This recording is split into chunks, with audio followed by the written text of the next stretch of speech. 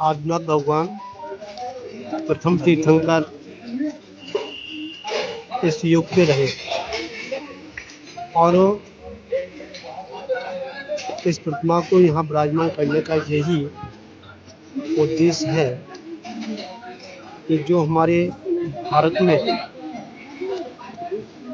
जो समाज की एकता, अखंडता और आत्मा को परमात्मा बनाने का एक केंद्र है। इस प्रतिमा के माध्यम से हम भावों को सिद्ध करें और यहाँ जो प्राण प्रतिष्ठा जहाँ हो रही है,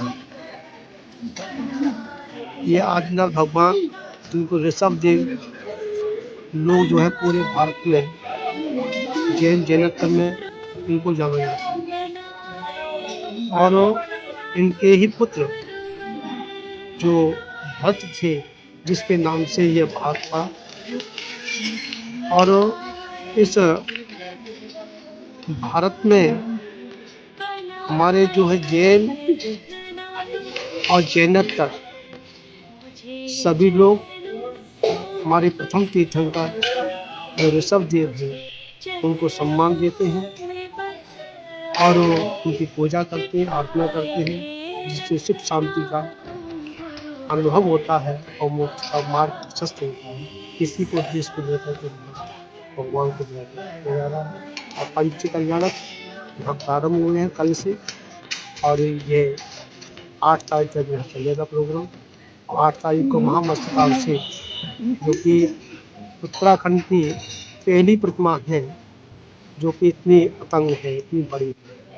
17 फुट की ये प्रतिमा है और इस प्रतिमा का अक्सर भी हुआ है क्योंकि मात्र जो है 14 दिन के अंदर ये यहाँ पर पूरी तैयारियाँ और जो है पंच कल्याणक और जो नीचे की जो विधि और भगवान को यहाँ विराजमान करने का और इस मूर्ति को लाने का और प्रेरणा देने वाले हमारे बाले जी रहे उस मूर्ति के लिए और विराजमान करता हमारे मूर्ति दाता रहे संदीप जी है बैतूल वाले, उनकी तरफ से ये मूर्ति यहाँ विराजमान हो रही है। सभी समाज का सहयोग है, सभी को निराश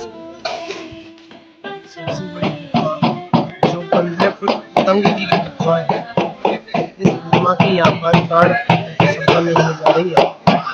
इसमें जैन शासन के प्रथम तीर्थंकर श्री ऋषभदेव भगवान की निर्वाण स्थली प्रवेश द्वार है और यहाँ पर श्री ऋषभदेव भगवान ने जब कैलाश पर्वत के गमन किया होगा तो इसी हरिद्वार की धरा से उन्होंने अपने पद विहार को संपन्न किया होगा। तो इस BHL परिषद में आचार्य श्री सौभाग्य सागर जी महाराज की मंगल सानिध्य में उत्तराखंड की सबसे बड़ी और प्रथम प्रतिमा का यहाँ पे पंच प्रतिष्ठा महोत्सव होने जा रही है।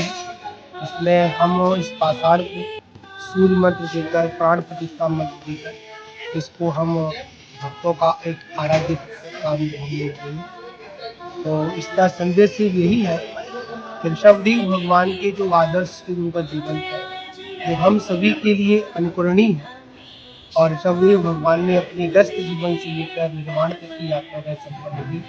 इसका पूरा का पूरा चित्र, पूरा का पूरा दृश्य हम लोग पूजा विधान के माध्यम से और सांस्कृतिक कार्यों के माध्यम से पूरी भगवान पर का कार्यक्रम। इसमें समाज को संदेश ये मिलेगा कि अपने व्यस्त जीवन को किस प्रकार सुखदमय बनाए, ऐसी और इसमें सबका ही भला चाहते हैं और पर्यावरण जैसे आपने भी देखा था, पर्यावरण में ही मुख्य हमारे भगवान महावीर का जितने भी संदेश है पर्यावरण में और इसमें हमारे यहाँ तो गीता में भावहीनता भी शिक्षा मानी गई है, जिसको भी हिंसा यहाँ पर पर्यावरण के लिए बहुत उचित और परम पूज्य स्वरूप सागर जी के सानिध्य में यहाँ पे पंच कल्याणक महोत्सव हो रहा है। श्री आदिनाथ भगवान की एक विशाल प्रतिमा जी यहाँ पर विराजमान की गई है, जो कि उत्तराखंड की सबसे ऊंची 17.5 फुट की प्रतिमा जी है, जो कि आसन में है और साथ में भगवान महावीर स्वामी का भी यहाँ पे जन कल्याण महोत्सव बनाया गया। कितने दिन 7 दिन का प्रोग्राम है, इसमें 5 दिन ज्यादा विशेष व्यापक इस प्रकार से प्राण प्रतिष्ठा है। जैसे कि भगवान जन्म लेते हैं, उसके बाद में वो प्रतिष्ठित हो जाते हैं तो वो भगवान हो जाते हैं, अदरवाइज पहले मूर्ति रहती है। तो ये प्राण प्रतिष्ठा है, पंच कल्याणक बोलते हैं। प्रभु से आराधना ये की जाती है कि जहाँ भगवान श्री जो है वो हमारी मूर्ति में जो है वो विराजमान हो। आदिनाथ जी से अगर हम शुरू करें तो भगवान आदिनाथ जी ने पर्यावरण को सबसे पहले लिया था और कृषि की शुरुआत भी उन्होंने ही की थी, तो और इकोनॉमिक्स की शुरुआत भी उन्होंने की थी। तो हम तो प्रभु से शिक्षा लेते हैं और उसी की उनके पथ पर चलते हैं। पर्यावरण का ध्यान रखना हम हर एक व्यक्ति की जिम्मेदारी है। जैसा आपने देखा कि एकदम हमेशा अग्रसर रहता है नए से नए ज़्यादा से ज़्यादा जगह पे पेड़ लगाने के लिए। और जहाँ तक जैन धर्म की बात करें तो जैन धर्म में सबसे पहला धर्म है जहाँ पे कि ये कहा गया कि पेड़ों को, पक्षियों को किसी प्रकार का कोई नुकसान नहीं होना चाहिए। यहाँ तक कि फूल तोड़ने से पहले भी आपको 100 बार सोचना है कि उस फूल की आवश्यकता है, तभी आप उसको तोड़ें।